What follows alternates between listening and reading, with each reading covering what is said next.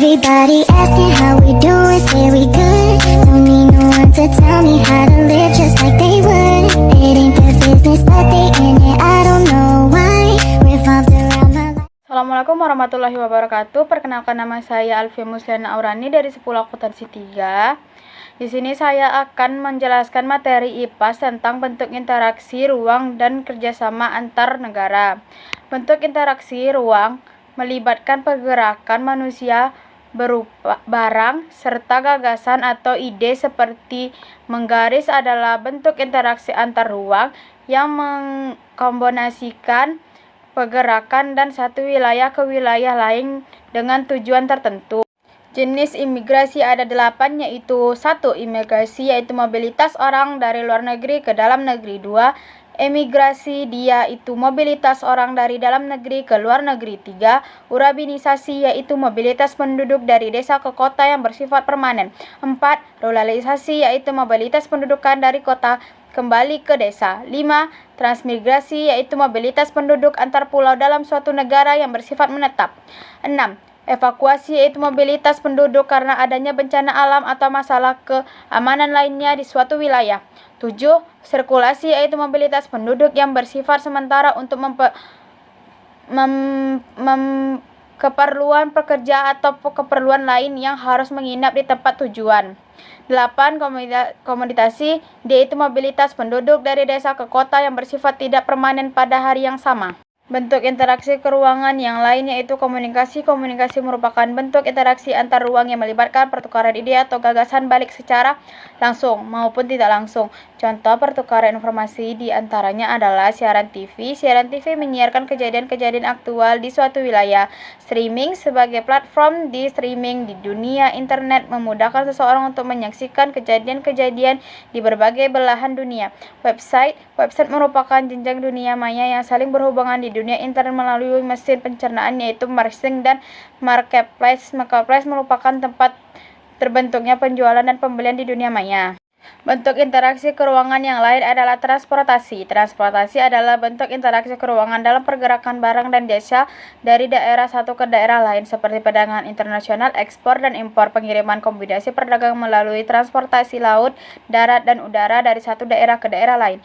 Yang akan dibahas selanjutnya adalah kerjasama antar negara. Kerjasama antar negara merupakan sebagai bagian politik luar negeri Indonesia melandaskan pada Pancasila dan UUD 1945. Indonesia berperan aktif dan membina hubungan dengan negara lain dengan mempromosikan kehidupan yang humanis, menghormati keragaman, serta mengajak negara sahabat untuk tidak mencampuri urusan dalam negeri, menolak kekerasan, dan mengedepankan konsensus. Kerjasama bilateral merupakan kerjasama yang dilakukan antar dua negara yang terdapat aktivitas timbal balik kedua belah pihak masyarakat tersebut. Ada 3 motif utama yang menjadi pertimbangan sebuah negara melakukan hubungan bilateral, yaitu 1. Menjaga kepentingan nasional. Sebagai contoh, saat Indonesia mengalami kegagalan panen dan kelangkaan pangan sehingga kebutuhan pokok masyarakat tidak tercukupi. Dengan adanya kerjasama bilateral antar negara, Indonesia dapat melakukan impor bahan pokok tersebut dari negara yang mengalami surplus. 2. Menjaga perdamaian. Semakin banyak negara yang saling mengadakan kerjasama bilateral, semakin erat pula jaringan-jaringan konektivitas antar negara yang akan memperkokoh situasi keamanan dunia.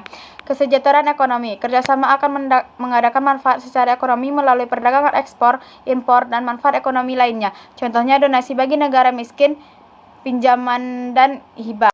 Adapun bidang-bidang kerjasama bilateral, bidang kerjasama bilateral antara Indonesia dan negara lain tersebut diangkat sebagai bidang, yaitu 1. Kerjasama di bidang hukum, 2. Kerjasama di bidang ekonomi, 3. Kerjasama di bidang pendidikan, 4. Kerjasama di bidang pertahanan. Selain kerjasama bilateral ada juga kerjasama regional. Kerjasama regional adalah kerjasama antar negara di suatu kawasan yang umumnya berdekatan. Tujuan utama kerjasama regional adalah untuk memajukan dan memperkokoh ekosistensi negara yang berada pada suatu kawasan. Adapun 3 contoh kerjasama multilateral adalah yang pertama, yaitu Pemeriksaan Bangsa-Bangsa atau PBB. PBB memiliki beberapa badan yang menjalankan 1. Fungsi seperti menjelaskan umum, yaitu anggota PBB yang terdiri dari seluruh negara anggota, Dewan Keamanan yang terdiri dari 5 anggota tetap. Selain itu, PBB juga memiliki lembaga-lembaga khusus seperti UNESCO, Pendidikan dan Kebudayaan, WHO, Kesehatan, dan UNHCR fungsi, serta lembaga lainnya. Contoh kerjasama multilateral yang kedua yaitu World Trade Organization atau singkatan dengan OTO. OTO mengatur perdagangan internasional antar negara yang berbasis di zona khusus. Contohnya yang ketiga yaitu International Network Fund dan IMF. IMF memberikan pinjaman kepada negara anggotanya dengan kebijakan yang bersifat independen dari PBB. Dari contoh kerjasama multilateral yang terakhir yaitu Organisasi of Islamic Cooperation atau disebut OIC. OKI adalah organisasi solidaritas negara-negara Islam yang dibentuk setelah pembakaran Masjid Al-Aqsa pada tahun 1969 bertujuan untuk mempererat kerjasama antar negara-negara Islam. Sekian video penjelasan materi dari saya Alfa Muswana Aurani. Wassalamualaikum warahmatullahi wabarakatuh.